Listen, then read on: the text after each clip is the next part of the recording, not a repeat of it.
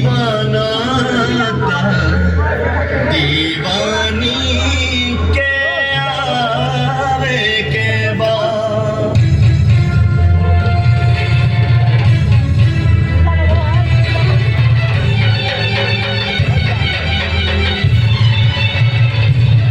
तू दीवानी होता आजा आजा दिल के प्यास बुझा जा तू दीवानी होता आजा आजा दिल के प्यास बुझा जा नबत प्यार तो हर झूठा इकरार तो हर झूठा नाता प्यार तो हर झूठा इकरार तो हर झूठा तू दीवानी होता आजा आजा दिल के प्यास बुझा जा नाता प्यार तो हर झूठा इकरार तो हर झूठा नाता प्यार तो हर झूठा इकरार तो हर झूठा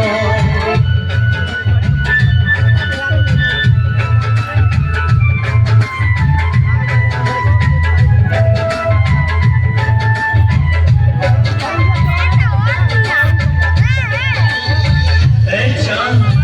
हमरा यार के चेहरा के दीदार देना ए चांद हमरा यार के चेहरा के दीदार देना तू हमरा बेचैन करके करार देना लुट गई पानी हम अंधरिया में बस थोड़ा सा रोशनी उधार देना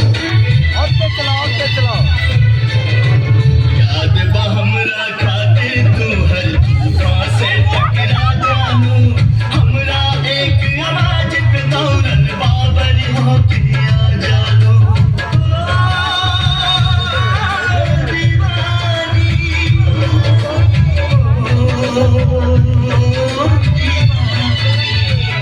याद बा हमरा खातिर तू हर तूफान से टकरा जानू हमरा एक आवाज पे दौड़न बाबरी होके आ जानू फिर से तूफान से टकरा जा आजा सुन के सदा तू आजा फिर से तूफान से टकरा जा आजा सुन के सदा तू आजा प्यार तो हर झूठा